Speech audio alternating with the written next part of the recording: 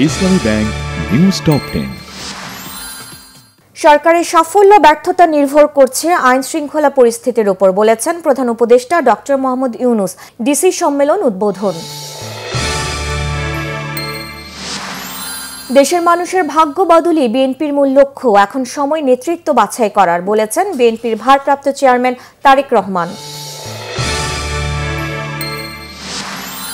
নির্বাচনের মধ্য দিয়ে দেশকে গণতান্ত্রিক ধারায় আনা অন্তর্বর্তী সরকারের মূল দায়িত্ব বলেছেন বিএনপির স্থায়ী কমিটির সদস্য ডক্টর আব্দুল মঈন খান।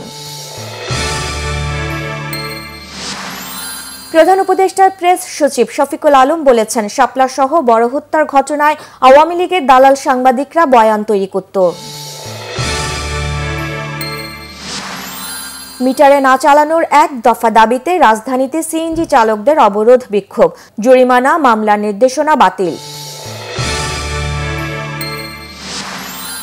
আখেরি মোনাজাতে তুরাগ তীরে বিশ্ব ইজতেমায় দেশ, জাতি ও মুসলিম উম্মার শান্তি সমৃদ্ধি কামনা। বকেয়া বেতনের দাবিতে আঞ্চলিক সড়ক অবরোধ করে আশুলিয়ায় পোশাক কারখানার শ্রমিকদের বিক্ষোভ। 10 দিন পর ভোজ্য তেলের সংকট থাকবে না, পাইকারদের অভিযোগের জবাবে জানিয়েছেন মিল মালিকরা।